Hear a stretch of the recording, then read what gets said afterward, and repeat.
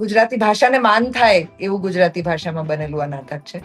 અને કેટલા લોકોને ખાલી ભાષા સાંભળીને જ એટલી બધી મજા આવે છે કે પત્રોના સંવાદો સાંભળીને એટલી મજા આવે છે. અને પાત્રોના પ્રેમમાં તો લોકો પડી જ જાય છે. એમાં ચિરાગનું પાત્ર તો અનબિલીવેબલી રિલેટેબલ છે ફોર એનીબડી. એટલો હું ત્યારથી 2002 થી આ નાટકના પ્રેમમાં, જ્યારે પહેલી વાર જોયું ને, પહેલી નજરનો પ્રેમ જેમ કહીએ ને, એવી રીતે મારી માટે પત્ર મિત્રો નાટક એ પહેલી એઝ એન ઓડિયન્સ મારો પહેલો પ્રેમ છે. આ કેટલું સહેલું કે અઘરું હોય છે તમે જે પ્રકારનું કામ કરો છો એ કામને કન્સિસ્ટન્ટલી વળગી રહ્યું પ્રકારે સ્ક્રિપ્ટ હોય છે કે એમાં જે પ્રકારની રિક્વાયરમેન્ટ છે એઝ એન અભિનેતાની જે સજ્જતા હોવી જોઈએ એ પણ એટલી સરળ નથી. એટલે એમ કહેવું કે હું પેલું નાટક નથી કરતો, મેં તો કર્યા છે અને મને ખ્યાલ છે કે એ સરળ નથી. What Chirag is saying is right, because I think it is extremely difficult to do a play that you do not relate to, but you are so good at it that you can do it for 1,000 shows. આઈ વિશ કે આવી રીતે નાટકોના festival થતા રહે અને લોકો સુધી નાટકો પહોંચતા રહે, ભાષા પહોંચતી રહે. તો Gujarati midday is talking two Devaki and Chirag Vora. સરસ મજાનું નાટક પત્ર મિત્રો. એટલે મેં તુમારી અમૃતા ઓફકોર્સ એક કરતા વધારે વાર જોયું છે. તો એક નાટક જે એક ભાષામાં ઓરિજિનલી લખાયું, પછી એક ભાષાએ મને એવું લાગે છે કે લાગણીઓનો તાલ પણ બદલાય. તો આ નાટક સાથે એસોસિએટ થવું, અને તમે લોકોએ પણ ઓફકોર્સ આની પહેલા જે ગુજરાતીમાં પરફોર્મ થયું છે કદાચ જોયું હશે, સાંભળ્યું હશે, I don't know because I have not seen. તો આ નાટક વિશે તમારો પોતાનો આઈડિયા શું હતો તમે પરફોર્મ કર્યું એ પહેલા? વન આફ્ટર અનધર તમે બંને જો એનો જવાબ આપો તો દેટ બી ગ્રેટ. સો મેં બધી જ કાસ્ટને આ પરફોર્મ કરતા જોયા છે. I think except Arundhati Nag, I have seen everyone performing this. એટલે દર્શનભાઈ અને મલ્લિકાબેનને કરતા જોયા છે.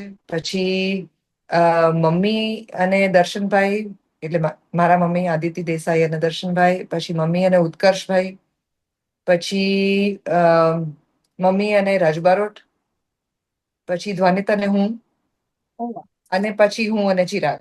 સો I have seen like a series.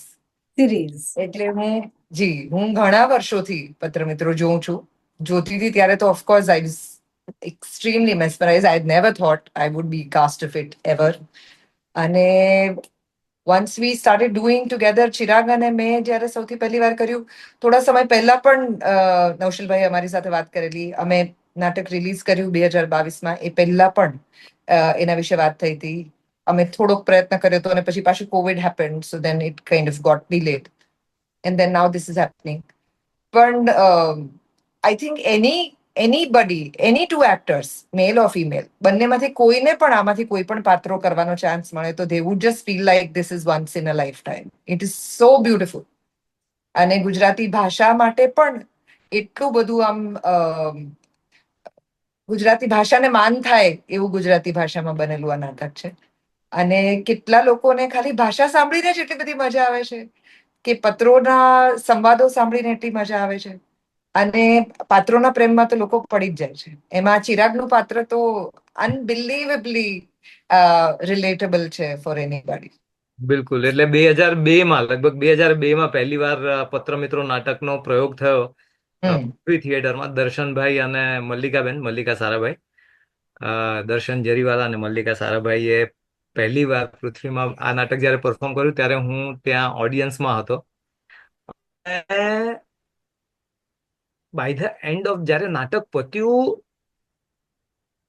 Left right કશું જોયા વગર હું સીધો ગયો બેકસ્ટેજમાં, પૃથ્વીમાં ઉપર નૌશીલભાઈને મળ્યો અને હું નાટકના પ્રેમમાં પડી ગયો હતો. અને મેં નૌશીલભાઈને એટલું જ કીધું, નૌશીલભાઈ, ભવિષ્યમાં જ્યારે પણ તમે આ નાટકને ફરી પાછું કરવાનું વિચાર કરો ત્યારે મને કન્સિડર કરજો આ નાટકમાં જવાહરના પાત્ર માટે. એટલે એટલો હું ત્યારથી 2002 થી આ નાટકના પ્રેમમાં, જ્યારે પહેલી વાર જોયું ને, પહેલી નજરનો પ્રેમ જેમ કહીએ ને, એવી રીતે મારી માટે પત્ર મિત્રો નાટક એ પહેલી એઝ એન ઓડિયન્સ મારો પહેલો પ્રેમ છે. એટલે અને 2022માં જયારે નૌશલભાઈએ ફોન કરીને, એટલે એ પહેલા જેમ દેવકીએ કીધું કે અમે એકવાર પ્રયત્ન કર્યો હતો પણ પછી સમહાવ વર્કઆઉટ ન થયું. પણ એટલે હું જ્યારે કહો ત્યારે પત્ર મિત્રો કરવા માટે હું 2002 થી ઉત્સુક હતો અને 2022માં એ અમે કરી શક્યા. સો અને મેં પણ દર્શનભાઈ, મલ્લિકાબેન, પછી ઉત્કર્ષભાઈ અને અ, અમીબેન સાથેનું નાટક જોયું છે, અરુંધતીબેન હા, એ કરતા પણ મને જોયા છે. જોયું. સો યા મેં એવી રીતે મિક્સ એન્ડ મેચ 2-3 કાસ્ટ બદલાતા અને નાટક જોયું હતું. પણ મારી ખરેખર દિલી ઈચ્છા હતી કે આ નાટકનો ભાગ બની શકું અને અ, હવે અમે નાટક કરી રહ્યા છીએ અને મજા પડી ગઈ છે આ નાટક કરવાની, નૌશીલભાઈ સાથે ફરી કામ કરવાની, દેવકી સાથે પહેલું વહેલું નાટક, અને મજા પડી ગઈ. Yeah. That's so beautiful. અને કાગળો લખવાનું તો હવે આપણે બધા ભૂલી જ ગયા છે. ટક ટક ટક ટક આપણે બધા ફોન પર જ હવે ચેટ્સ અને એનો મેસેજીસ. પણ હવે એ સાચવવાનું અઘરું હોય છે કારણ કે સ્પેસ જોઈએ ફોનમાં બહુ. પણ આપણે ગુજરાતી નાટકોની વાત કરીએ તો થોડી વાર પહેલા જો મેહુલભાઈ સાથે વાત કરતી હતી ને હી સેડ કે મેં બહુ બધા વર્ષો ગુજરાતી નાટક કર્યા જ નહીં કારણ કે મને એવું લાગતું હતું કે મારે જેવું નાટક કરવું જોઈએ અથવા તો જે નાટક સાથે હું કનેક્ટ થઈ શકું એવા નાટક નથી થતા. બીજી તરફ તમે બંને છો, તમે લોકોએ જે ગાડરિયો પ્રવાહ છે એને તમે આમ દૂરથી જોયો પણ પછી તમે તમારો પોતાનો ચીલો ચાતર્યો. જે પ્રકારનું કામ તમે લોકો કરો છો એમાં એ કેટલું સહેલું કે અઘરું છે કારણ કે કામ બે પ્રકારના હોય. One is, of course, you have to pay your bills, and then there is something that gives you joy. એટલે એ સિલેક્શન અઘરું બની જ જતું હોય છે ઓબ્વિયસલી કારણ કે we all have our on lifes going on. તો આ કેટલું સહેલું કે અઘરું હોય છે તમે જે પ્રકારનું કામ કરો છો એ કામને કન્સિસ્ટન્ટલી વળગી રહેવું અને એ પ્રકારના કામો આવવા. સી આપણને ખબર છે આપણને શું કરવું છે પણ એવું કામ આવે જ નહીં તો આપણે શું કરીએ. હા, એટલે સરળ તો નથી જ, અને એટ ધ સેમ ટાઈમ એમ કહીએ ને કે these are the choices that we make. આપણી પોતાની જે પ્રકારની ચોઇસ છે એની સાથેના એના પરિણામો આપણે ભોગવવા માટે તૈયાર રહેવું જ પડતું હોય છે. અને એવું એ નથી કે ફક્ત આ જ પ્રકારના નાટક, અને એવું એ હું નથી માનતો કે જે કમર્શિયલ નાટક છે કે એમાં જે પ્રકારે સ્ક્રિપ્ટ હોય છે કે એમાં જે પ્રકારની રિક્વાયરમેન્ટ છે એઝ એન અભિનેતાની જે સજ્જતા હોવી જોઈએ એ પણ એટલી સરળ નથી. એટલે એમ કહેવું કે હું પેલું નાટક નથી કરતો, મેં તો કર્યા છે અને મને ખ્યાલ છે કે એ સરળ નથી. અહીંયા કામ કરવું, પેરેલલ થિયેટર આપણે કહીએ, અને એમાં જે પ્રકારની રિક્વાયરમેન્ટ્સ છે એમાં કામ કરવું ને એની સજ્જતા પણ કેળવવી જ રહી, અને એ પણ સરળ નથી. એટલે હું કહું ને, એઝ એન એક્ટર આ ચોઇસ હોય છે. મને જ્યારે એમ લાગ્યું કે ના મારે આ પાત્ર કરવું છે, પછી ભલે કમર્શિયલ રંગભૂમિ હોય અને મારા ગમતા એમાં ડિરેક્ટર્સ છે, મને ગમતા એમાં કલાકારો છે, ત્યારે મેં એમાં કામ કર્યું છે અને મેં ખૂબ એન્જોય કર્યું છે. અને એ ક્રાફ્ટ પણ અચીવ કરવો એ સરળ નથી. અને એટ ધ સેમ ટાઈમ અહીંયા નૌશીલભાઈ સાથે, મનોજભાઈ સાથે, ઉત્તમભાઈ સાથે એટલી કામ કરવાની મજા પડી ગઈ છે. એટલે હું મારી જાતને નસીબદાર માનું છું કે મને એવા મિત્રો, એવા કલીગ્સ, એવા સબોર્ડિનેટ્સ મળ્યા જેમની સાથે કહીએ ને કે આદાન પ્રદાન થઈ શકે, એમની સાથે કામ કરવાની મજા આવે, એમની પાસેથી બે વસ્તુ આપણને શીખવા મળે. એવા વ્યક્તિઓ સાથે કામ કરવાનું, એક્સપેરિમેન્ટલ થિયેટર કહીએ તો એમ, કમર્શિયલ થિયેટર કહો તો એમ, દરેક જગ્યાએ મજાના લોકો, મજાના કલાકારો અને મજાના ડિરેક્ટર અને રાઇટર સાથે મારો કામ કરવાનો મને મોકો મળ્યો. So I consider myself to be a fortunate one.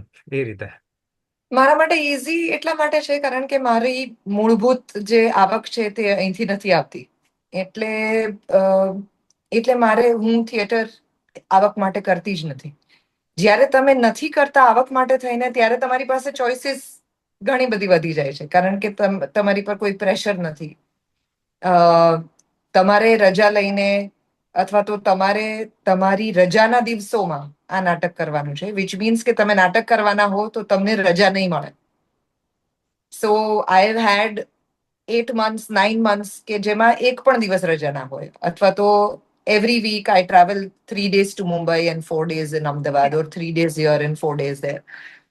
તો એ તમે ઊંઘ, ટ્રાવેલ, આ બધું એટલા માટે જતું કરો છો કારણ કે તમને એ કરવાની ખૂબ મજા આવે છે. સો મારા માટે સૌથી પહેલું પ્રાયોરિટી એ હતી કે હું કઈ પ્રકારના નાટક કરીશ તો મને મજા આવશે.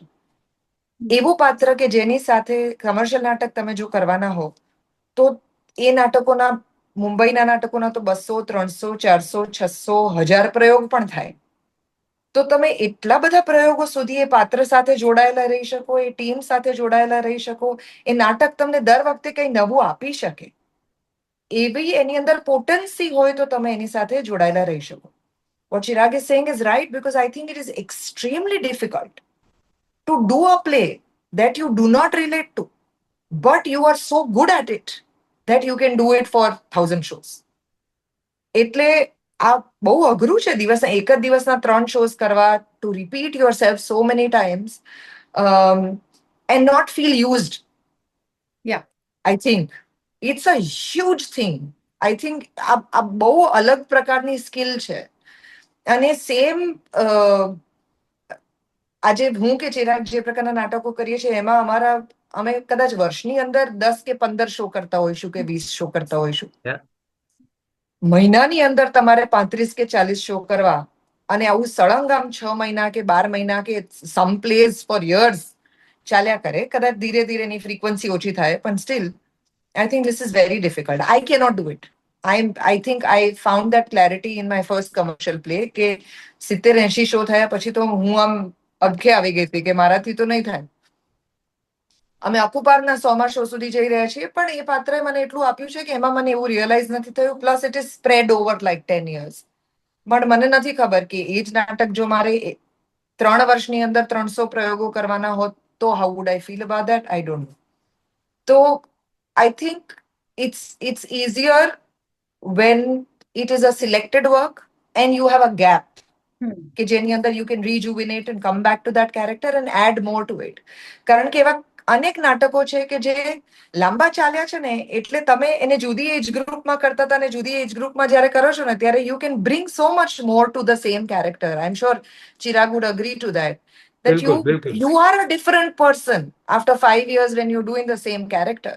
Yeah. And so that character also has such different dimensions. I think મેં 20 વર્ષ પહેલા 20 વર્ષ પહેલા તો નહીં, પણ લગભગ 2007માં પત્રમિત્રો કર્યું હતું, અને હવે હું 2025માં જ્યારે પત્રમિત્રો કરું છું, આઈ થિંક હું સાવ જુદી કલ્પના છું એ કલ્પના કરતા. Though they are same lines and I'm the same person who is delivering it, and still it is extremely different. That's a very lovely way to put it. અને NCPA વસંત Gujarati theatre festival કરી રહ્યું છે. Yes. Gujarati નાટકોનો મહોત્સવ થવો એ અત્યારે કેટલું important છે? Because એક એવી પેઢી છે જે ઘણી સિનિયર છે, જેમણે વધારે તમારા બધા કરતા 20 વર્ષ વધારે કામ કર્યું છે. They also have a say about it. પણ we are in between. We are not very Yeah. we are quite young. Millennials. Yeah. So તમારું શું કહેવું છે આ અંગે જ્યારે એવી વાત થાય કે ભાષા મરી રહી છે, કે ભાષાને સાચવવા માટે આ જરૂરી છે, અથવા તો ગુજરાતી નાટકો જેવા થવા જોઈએ એવા નથી થતા? એનો જવાબ તો આમ તો તમે લોકોએ આપ્યો કે એવું નથી કે નથી થતા, but there are ups and downs, the way things happen. તો NCPA દ્વારા આ થિયેટર ફેસ્ટિવલનું આયોજન તમારી દ્રષ્ટિએ અત્યારના સમયમાં કેટલું ઇમ્પોર્ટન્સ ધરાવે છે? કોઈ પણ ભાષામાં હોય બહુ જ મહત્વનો છે. ઓલ ધ મોર માતૃભાષા છે ગુજરાતી, એટલે તો એનું વધારે મહત્વ બની જાય છે મારી માટે.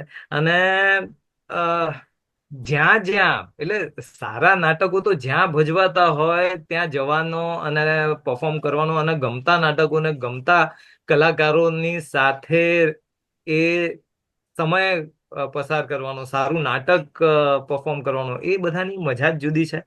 અને આ કહે ને તમે આ પેલું છે કે તમે લોહી ચાખી લીધું હોય એવી વાત છે આ કે ભાઈ એકવાર, અને ફેસ્ટિવલ છે અને ઇટ્સ અ સેલિબ્રેશન. એટલે અને અમે એઝ અ પરફોર્મર તો દરેક શો અમે we treat is as a festival, અને અમને પોતાને મજા અને જલસો પડી જતો હોય છે. તો આ તો ઉપક્રમ જ છે જલસાનો. તો આવા ફેસ્ટિવલો આઈ હોપ કે હતા. વધારે ફ્રીક્વન્ટલી જુદા જુદા સેન્ટરોમાં યોજાતા રહે.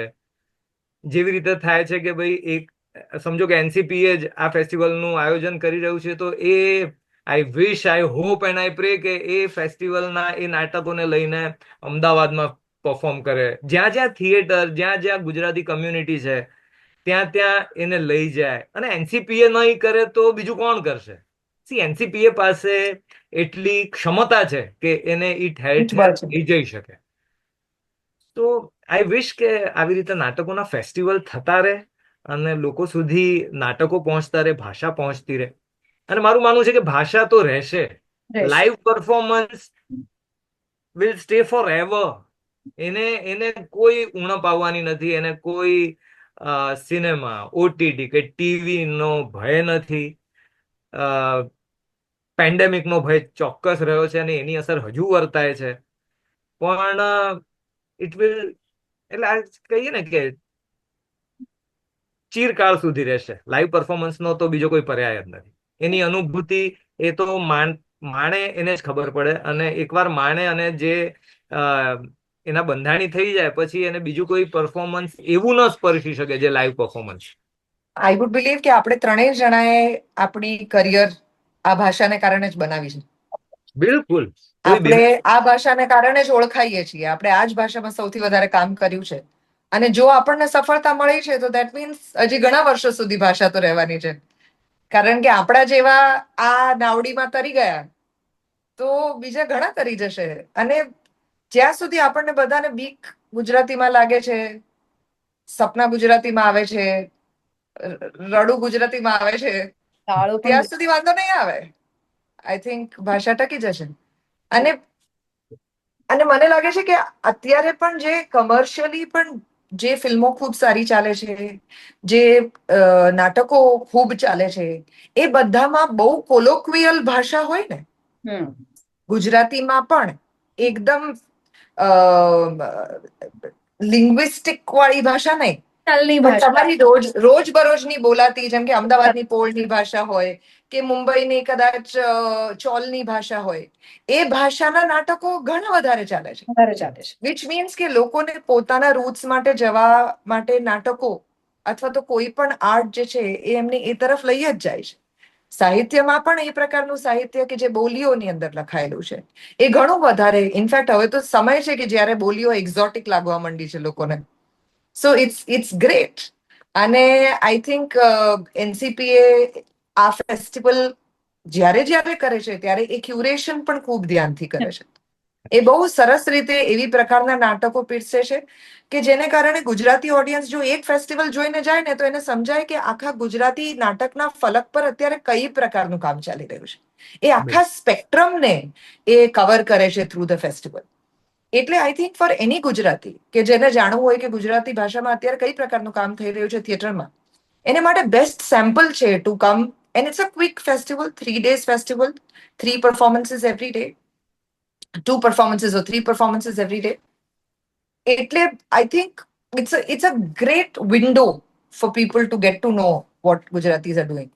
અને એવું તો છે નહીં કે ગુજરાતીમાં આપણા ત્રણમાંથી કોઈ એવું નથી કે જેને બીજી ભાષાનું કામ નથી મળતું, કે બીજી ભાષામાં બોલતા નથી આવડતું, કે એ ભાષાથી કમ્ફર્ટેબલ નથી. And still we have been able to, sorry, એમ દે I am saying still we have been able to work our maximum in Gujarati. એટલે હું આ વાત અંગ્રેજીમાં બોલું છું પણ આપણે વાત કરી રહ્યા છીએ ગુજરાતીમાં, કારણ કે આપણે બધા ત્રણેય ભાષાઓમાં વિચારીએ છીએ, લોકોને મળીએ છીએ. અને ત્રણેય ભાષાઓમાં આજે હિન્દી ભાષાની અંદર ઓટીટીમાં ચિરાગે કેટલું ઉત્તમ કામ કર્યું છે. અને રાષ્ટ્રીય કક્ષાનું કામ કર્યું છે. અને તોય એ ગુજરાતી નાટકો માટે સમય કાઢી જ શકે છે. એટલે તમે પોતે આટલા નામચીન અખબારની અંદર કામ કરો છો અને તમારી પાસે દરેક ભાષાની અંદર કામ કરવાની જગ્યા છે ને, તો પણ તમને એવું લાગે છે કે ગુજરાતી નાટક માટે બીંગ એન એડિટર તમારે જાતે સમય કાઢવો છે કે તમે અમારી સાથે વાત કરો. તો ધીસ શોઝ કે જે લોકો ગુજરાતીઓ છે અને ગુજરાતી ભાષા સાથે કામ કરે છે એ એને હંમેશા પહેલા તો આમ એના માટે એની આંખનો ભીનો ખૂણો હંમેશા ગુજરાતી માટેનો રહેશે. તો આઈ થિંક કોઈ આપણા જેવા બધા ખેંચી લેશે ભાષાને અને નાટકને બેઉને. હવે આપણે પત્ર મિત્રોની વાત કરીએ. તમારા જે પાત્રો છે, જો તમારા પાત્રો તમને રિયલ લાઈફમાં મળે આમને સામને, હું તારા પાત્રને શું કહીશ? અને Chirag, if you meet your character in real life, તમે એ કઈ વાત એને કહેશો? કારણ કે મને નૌશીલભાઈને પણ મેં આવું પૂછેલું કે there are so many reasons કે કલ્પના એવી તીખડી ને તોફાની ને always constantly on the edge પર રાખે છે જવાહરને, કે જવાહર કેમ ટકી જાય, કારણ કે એને એસ્પિરેશનલ લાગે છે આ આખું પાત્ર. એને એમ લાગે છે કે આ તો કાગડો દૈથરું લઈ ગયો છે, કે મુझे ये कैसे मिल गया है. પણ કલ્પનાને આ આટલો બધો કેમ ગમે છે, એ લોકો નાનપણના દોસ્તાર છે એ છતાંય, એ વાત મને જો જવાહર મળે કે કલ્પના મળે તો મારે એ બંને સાથે બેસીને વધુ સમજવી છે. ચિરાગ? મને જો જવાહર મળે ને તો એટલે જવાહર છે ને એ પ્યોર હાર્ટ છે. એટલે Yeah. અને હી સો ઓનેસ્ટ ટુ હિઝ સેલ્ફ. એ પોતાની લાગણીઓ વ્યક્ત કરવામાં એટલો એટલો બળકટ છે, એટલો એનામાં ભરપૂર ઇમોશન્સ છે. એટલે હું તો જવાહરને મળીશ ત્યારે હું એને પ્રેમથી ભેટીને કહીશ કે યાર તું જેવો છે એવો જ રહે, અને એવા વ્યક્તિ હોવાની બહુ મજા છે. તું એને એવું કહે છે કે વહેલો માની જાય. અરે મનાવવાનું તો એને કેટલા બધા પ્રયત્નો કર્યા કલ્પનાને અરે તહેવારે. રાઈટ, આપણે એમને મળી લઈએ તો આપણે એમનો રાઈટ ટાઈમિંગ ગોઠવી આપીશું. આઈ વિશ કે એ લોકો પત્ર મિત્રોની જગ્યાએ ઇન પર્સન થઈ જાય. I know, but I think we are so much in love with these characters. It's very difficult to, once you become a Jawahar or a Kalpana, it's very difficult to remove them from you.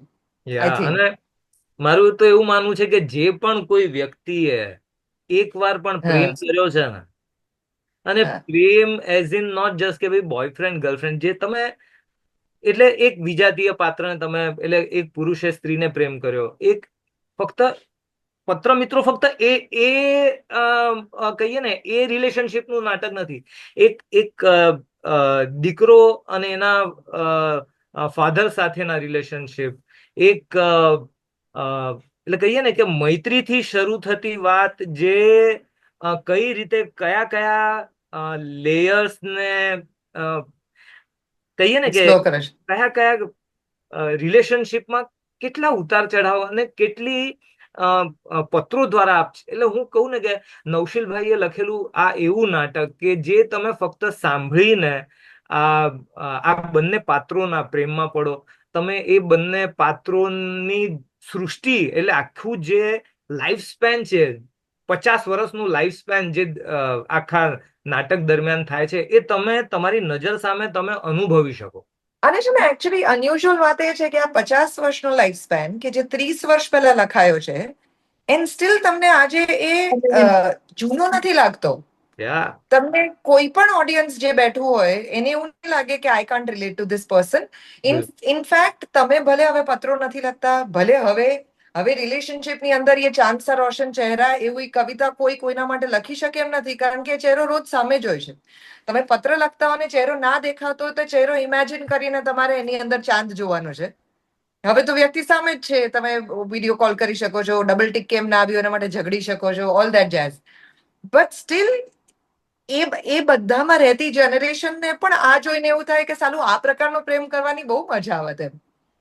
અત્યારે જે આપણે કરીએ છીએ એના કરતા એ પ્રકારનો પ્રેમ મળે તો આમ જલસો પડી જાય જિંદગીમાં, એવું દરેક જનરેશનને લાગે એવું નાટક છે. There is so much love right now everywhere. Okay, I think this is good enough. પણ એક ક્વિક ક્વેશ્ચન તમને બંનેને બિફોર આઈ લેટ. આપણે કોઈ પણ કામ કરીએ ત્યારે કામ આપણામાં કંઈક ઉમેરે કાં તો આપણામાંથી કંઈક લઈ લે. આ પ્રોજેક્ટ પર કામ કર્યા પછી તમારામાં શું બદલાયું, અથવા તો શું ઉમેરાયું, શું ઓછું થયું, કઈ વિચાર કરવાનું પદ્ધતિ કઈક બદલાઈ હોય? મને મારું એવું માનવું છે કે કોઈ પણ નાટક એક કલાકારને કંઈક ને કંઈક આપી જ જતું હોય છે, લઈ નથી જતું હતું. એ તમને વધારે જાત સાથે વધારે અવેર કરાવી શકે, તમને તમારા એવા ઇમોશન્સને વધારે એ રીતે પણ કાંઈક આપી જાય કદાચ તમે એ કોઈ ઇમોશન એક્સપ્લોર ન કર્યો હોય તો એ તમને એ ઇમોશનલ વર્લ્ડમાં તમને એ રિલેશનશિપના વર્લ્ડમાં તમને એક કાલ્પનિક દુનિયા જે ન જીવ્યા હોય એમાં જવાનો મોકો મળતો હોય છે. તો એટલે આઈ ફીલ કે કોઈ પણ નાટક, કોઈ પણ પાત્ર પરફોર્મરને કાંઈ ને કાંઈક આપી જ જતો હોય છે અને વધારે એનરીચ જ કરી જતું હોય છે. મારામાં શું ઉમેરાયું? મારામાં શું ઉમેરાયું? ક્લાસ હું કહું ને કે હું વધારે સારી રીતે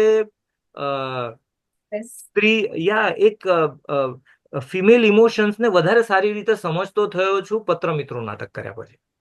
મેં પહેલી વાર એવું નાટક કર્યું કે જે તમારે વાંચવાનું છે, એટલે નાના નાના વાચિકમ સિવાય કે જે તમે એકાદ શો કરો કે 2 શો કરો, પણ સળંગ આખું એવું નાટક કે જે તમારે વાંચવાનું છે. એટલે ઇનફેક્ટ અમારો એક ફની એક્સપિરિયન્સ મારો ને ચિરાગનો એવો છે કે અમે એક જગ્યાએ પત્ર મિત્રો કર્યું હતું ત્યારે એ લોકોને એવું લાગેલું કે આ એક્ટર્સ પ્રિપેર કરીને નથી આવ્યા, કારણ કે આ તો સ્ક્રિપ્ટ જ વાંચે છે. they could not relate to that fact કે એવું હોઈ શકે કે આ એક ફોર્મેટ છે કે જેની અંદર આ બંને જણા પત્ર વાંચે છે. હવે અમે લોકો જેટલી વાર રિહર્સલ કરીએ છીએ, દરેક એક્ટર સાથે એવું હોય કે થોડા વખત પછી એને પોતાની લાઇન્સ યાદ રહેવા માંડે, એટલે એનું મગજ જે છે એ લાઇન્સની આગળ ચાલવા માંડે, કારણ કે તમને ખબર છે એ શબ્દો, અને પછી તમે તમારી જાતે એને તમારા પોતાના બનાવવા માંડો.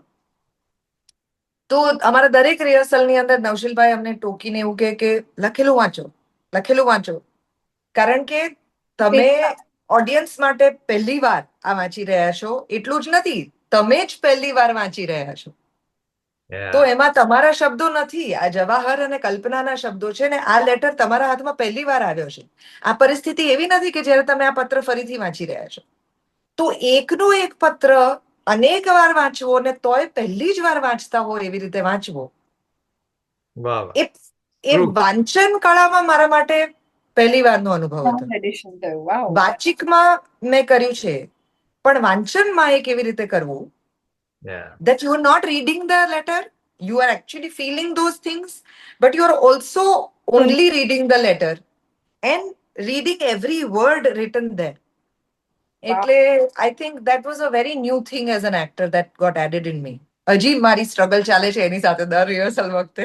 ના એની એવરી ટાઈમ, એટલે આઈ મીન આ જે પ્રમાણે દેવકીએ કીધું કે આ ફોર્મેટ, આ પ્રકારના નાટકનું હોવું અને એનો ભાગ ને એક વાચિકમ તરીકે ફક્ત તમે એક જ જગ્યાએ બંને જણા એક એક ખુરશી ઉપર બેઠા છે અને ફક્ત તમારા કહીએ ને કે પઠન ઉપર, એ તમારા વાચિકમ ઉપર, ડાયલોગ ડિલિવરી તમારી એ આખી સૃષ્ટિ ઊભી કરવી, એ એક બહુ જ કહીએ ને કે એક ખૂબ જ ચેલેન્જિંગ અને એની જ મજા. અમે બંને બહુ અમેઝિંગ છીએ એટ ઇટ બેસિકલી. ખૂબ મજા કરીએ છીએ અમે. અમને એટલે કહું ને કે મારું પ્રિય નાટક અને કરવા માટે એટલી મજા પડે છે કે પૂછો નહીં. Absolutely. So jealous of both of you. અને અને લોકો NCPA ના વસંતોત્સવમાં ઓડિટોરિયમ છલકાવી દો. ફક્ત પત્ર મિત્રો નહીં, જે પ્રમાણે દેવકીએ કહ્યું કે જે પ્રમાણે ક્યુરેટ થયો છે આ શો, વિવિધ નાટકો અને જુદા જુદા કહીએ ને કે રંગના નાટકો, જુદી જુદી સુગંધના નાટકો, તો એ બધાની સુગંધ લેવા આવી પડો વસંતોત્સવ. વસંતોત્સવમાં. It was lovely talking to both of you. Thank you. Thank you, Chirantana. Thank you so much. Subscribe કરો Gujarati mid day. Bell icon પર ક્લિક કરીને મેળવો તમામ વિડીયોના ડાયરેક્ટ નોટિફિકેશન.